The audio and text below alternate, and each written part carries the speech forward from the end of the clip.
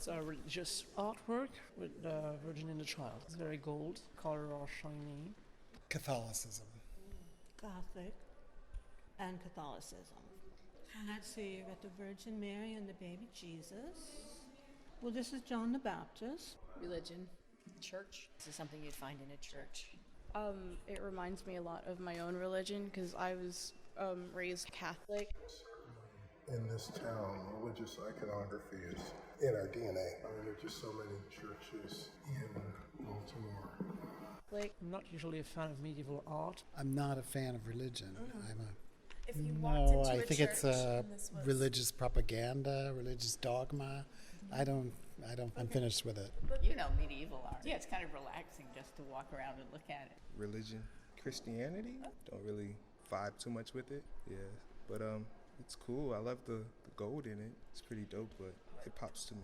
And then the whole frame of it all, crazy. I never really got down with religion too much, so like it's kind of pushy towards, it's like it's forcing itself on you. It's cool though. So sweet, their faces, the mother and the baby. I love that. I just like all the detail. I feel like closely you can see all the time they put into the designs around each person.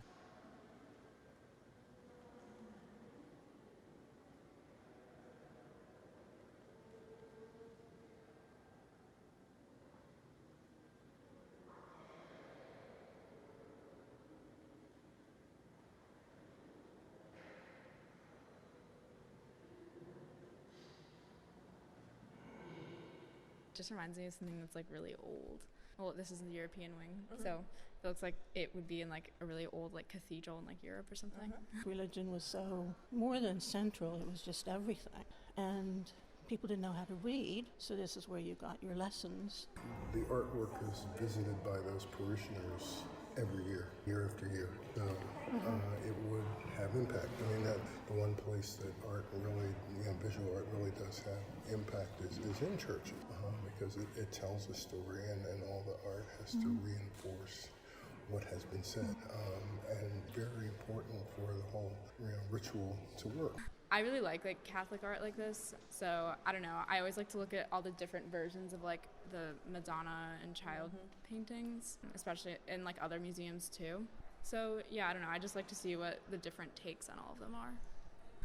I find them very beautiful. Probably because they are somewhat primitive.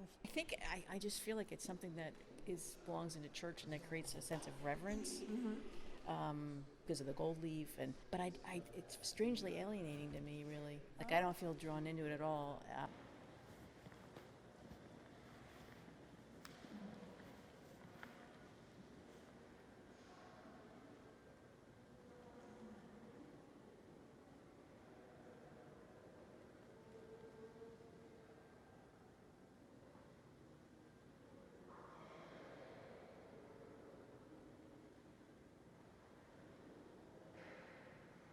There's usually not much known about them because, they weren't really people to be considered. They were workers, worker bees. The depiction of the baby Jesus is interesting. I am interested in where this came from and why he was depicted in that manner, but still the ethnic background of the world. The question is, was this an attempt, to make, the child, a more universal figure? That if this is a child conceived by God, meaning to save all mankind, that he would want to represent all mankind. And so you wouldn't necessarily want to have, a white image. And this is something that artists, of all media have struggled with and wrestled with. You really want the Christ child to be universal. So often, he's just so, kind of pristine, not even, fleshed up, but there's, unmistakably, white. And here it just seems, just looking at his complexion and the Madonna, there's a little bit of ambiguity. Now, is that my eye, and am I projecting that onto the frame, or? Mary and Jesus. Of course, very white Mary and Jesus, but I'm half Vietnamese and half Mexican, but both sides are very Catholic. Really? Yeah. So it's really interesting to for it to have such an effect on me, even though racially I don't identify with it, but religiously I do. really just, I am kind of like interested in who the people are in like these paintings. I was just telling him in like the other room, I wish I knew like the story behind this, because one painting like didn't have any sort of description, but there was like a bunch of people in it, so I was just like wondering. Well, it's telling a story, and I'm interested in understanding what the story is.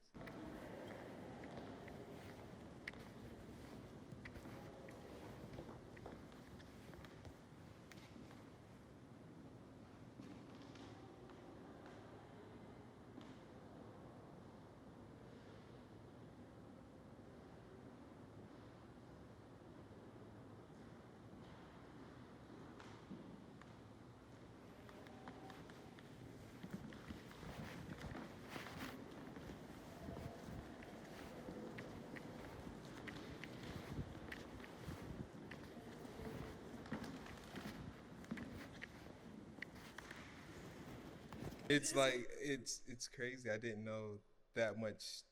That story was within that one painting. I thought it was one central, idea, but it's a lot going on that I didn't know.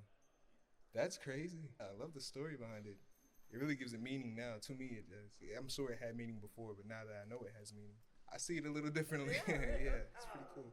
Well, I didn't know it packed so much meaning into such a small piece. Yeah. I also didn't realize it was that old. Yeah.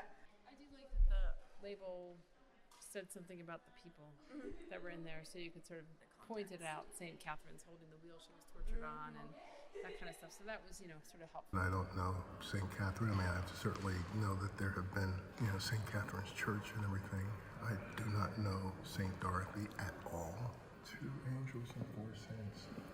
Yeah, I didn't know St. Catherine or St. Dorothy. This is the absolute first I've heard of St. Dorothy, actually. The label is just annoying because I don't necessarily agree with them. It's interpretive. For example, the label says the altarpiece panel gives them very little space. I mean, that's, I think, something I love about it. The artificial space, it's very humanistic. It makes them very important. And later painting, the background becomes, important in later and recent. And I really like this, how it gives the people priority. It's very humanistic to me. I like the cramped space. I don't feel like it's cramped, really. Now I found the label too lyrical for it. I guess I kind of wonder like what made the artist pick those specific people to put in it. Like if it was their free will or if a patron had told them. Oh, I didn't consider that. Oh, Maybe, sorry. yeah. To me, it always makes me wonder if the church that was in had a particular affiliation with the saints that are in. Oh, yeah, that's true. Where it was originally, to the extent, and I'm sure that a lot of these sorts of things, those answers are very difficult to come by. But what we also know about them sometimes is that they have many lives. So, sometimes it's something that would have originally been in such and such a church, which was destroyed in World War I, but it was recovered, and then it lived here for a while, and that sort of thing. Now, that's me. And so that would also, give you some sense of who saw this and what did they make of it. So here, this is exactly what I'm talking about. Removed from the church in a small French town of, boom. So I'm interested at how old it is now, because it said it's from around 1400. And then they talked about the differences between how these particular religious figures were portrayed then as more contemporary. To me, because I'm not a big, huge fan of religious art generally, it's interesting to me because it's old. So I'm more interested in the art of it, like the manufacture of it, the colors, the gold leafing, The material. Yeah, like how it's so old, how it was kept in this condition. It's in a pretty good condition. I'm interested in all that stuff, the history of the work itself, more than I am about the subject matter and all that. The history of the art, basically, is what interests me more than the subject matter. And how it got from Italy in 1400 to Baltimore in 2018 is an interesting story. Yeah. Ah.